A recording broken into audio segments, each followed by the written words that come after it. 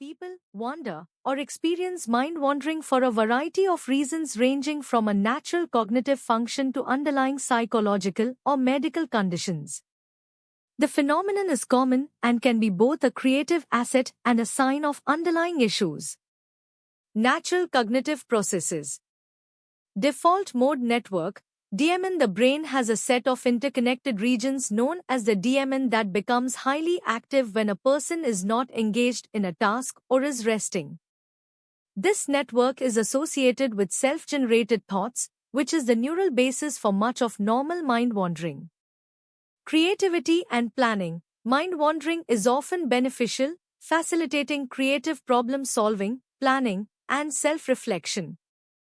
It allows the brain to make new associations and work on problems in the background. Finding joy and stimulation. The mind naturally seeks stimulation and enjoyment. When an external environment or task is boring or monotonous, the mind turns inward to create its own reality or seek more interesting thoughts and memories. Evolutionary adaptation. The ability to mentally detach from the immediate environment is considered an evolutionary adaptation, allowing humans to plan for the future, learn from the past, and adapt to changing circumstances beyond a simple reflexive response to the outside world. Psychological and lifestyle factors. Anxiety and worry. Excessive mind wandering is positively correlated with anxiety symptoms. Worry and rumination. Repetitive negative thinking about the past or future are forms of mind wandering that contribute to a cycle of distress. Boredom and disinterest. A lack of interest in a current task or conversation makes the mind far more likely to drift to other topics. Overwhelm and stress. People may mentally retreat into their thoughts as a coping mechanism for stressful, overwhelming, or uncomfortable social situations or life circumstances. Maladaptive daydreaming. In some cases, daydreaming can become so intense and time-consuming that it disrupts daily life and social interactions. This can be a coping mechanism for trauma or emotional neglect and is often associated with conditions like anxiety and depression.